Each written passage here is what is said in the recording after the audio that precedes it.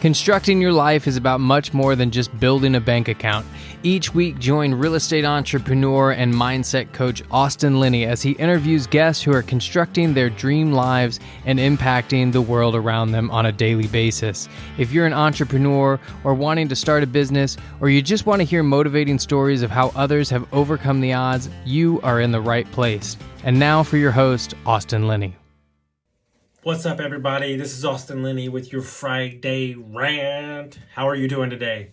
Guys, I want to talk about when you're not motivated, when you're not feeling it, when you're not on your routine, when you're not creating space in your life to still do the damn thing. One of the things that I realized is that the opportunity exists in the gaps of when you're not feeling it. It's not in the gaps of when you are feeling it. It's in the opportunity and the create the space and the wins for you, even when you're not really feeling up to it. Does that make sense? The top 1% do it even if they're not motivated. And that's really the push through, the other side of that, because what you're not seeing is gaining that fortitude, that grit, even in the moments that you don't truly feel like it. And I'm not saying you run it to red all the time. I'm not saying you burn yourself out. I'm saying that there's a lot of times where we don't want to do the thing that we're doing, right? You don't want to do the workout. You don't want to wake up early. You don't want to read the book. You don't want all these things. It's in those opportunities of doing those things, of creating space where the push through is that you really learn who you are. It's the same concept of, Austin, you must never have negative thoughts. Horseshit. 60 a day, 30 a day, 10 a day, some days none. But I don't attach myself to those thoughts to allow them to affect me anymore. I address them, I hear them, I see them, I move forward. Because when your why's big enough, when you want to be something more, when you want to create freedom in your life, it's an opportunity. You can't just do it when you feel like it. If that was the case, then nothing would get done. The crazy thing about entrepreneurs and people that are very driven and disciplined is they're actually very lazy people.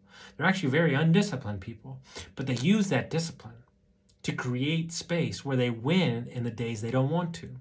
It's not the lack of discipline that creates where they can do it. It's actually the discipline that provides the freedom to do it when they don't want to. That's when you're truly swimming upstream. That's when you're creating a stronger you to create space where you can get to the next level. But you're expecting to feel it all the time. You're expecting to want it. You're expecting to always know that you have it. And some days you just don't. And so what are the little tricks that you can do?